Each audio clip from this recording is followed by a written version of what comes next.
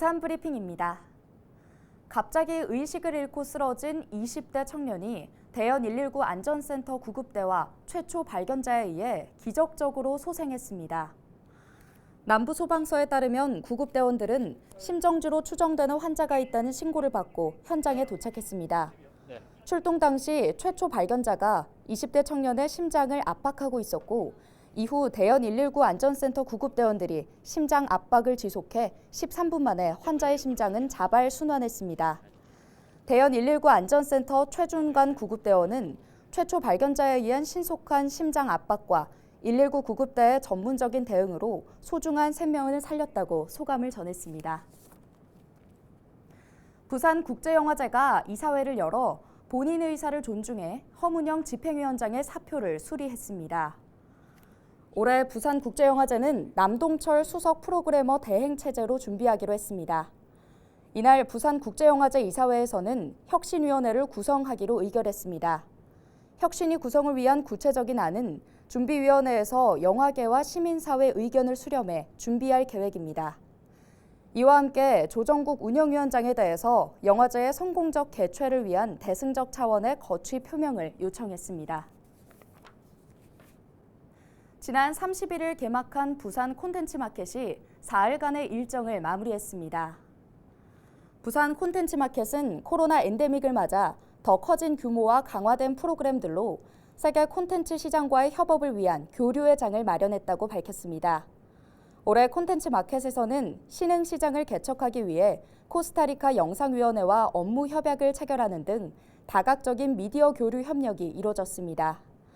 또 우수 콘텐츠 제작을 위한 총 5건의 투자 협약식이 진행됐으며 행사 기간 200건 이상의 비즈니스 매칭이 이루어졌습니다. 땡땡땡님이 나갔습니다. 나가고 싶은데 눈치 보여서 망설이는 단톡방 하나쯤 갖고 있으실 텐데요. 이제 이런 고민을 할 필요가 없게 됐습니다. 그룹 채팅방에서 다른 참여자들 모르게 방을 나갈 수 있는 채팅방 조용히 나가기 기능이 도입된 건데요. 사실 조용히 나가기 기능을 만들어달라는 관련 법안이 국회에서 발의될 정도로 이 기능을 원하는 사람들이 많았습니다. 그럼 왜 이제서야 도입됐을까요? 카카오 측에 따르면 이 기능은 기술적으로 어려운 건 아니라고 합니다. 하지만 과연 이 기능이 카카오톡의 취지에 맞는지에 대한 고민이 오랜 시간 이어졌다고 하는데요. 채팅방 입장과 퇴장을 알리는 메시지가 뜨는 건 마치 카카오톡의 정체성 같은 기능이라는 인식이 있었기 때문이죠. 지난 1분기 카카오톡 이용자는 4,800만 명을 넘어섰습니다. 그만큼 요구사항도 더 많아질 수밖에 없겠죠. 카카오톡 측은 이용자가 워낙 많다 보니 작은 기능을 하나 넣는 것도 쉽게 결정할 수 없다고 합니다.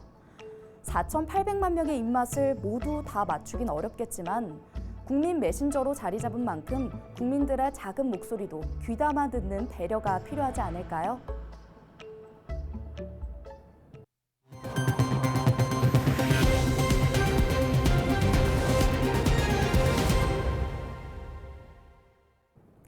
동구 구봉산에 숲속 헬스장 조성이 추진되고 있습니다.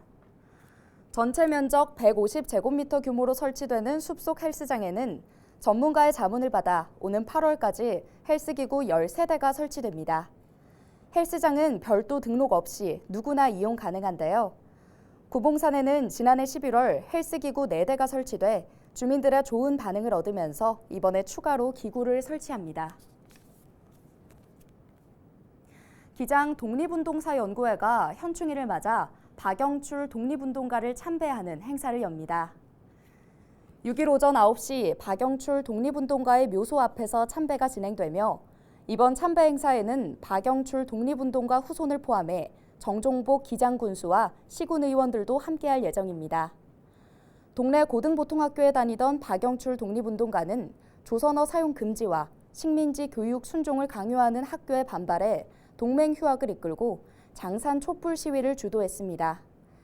기장 독립운동사연구회는 매월 1명의 독립운동가를 선정해 군민에게 알리고 있습니다. 지금까지 부산브리핑이었습니다.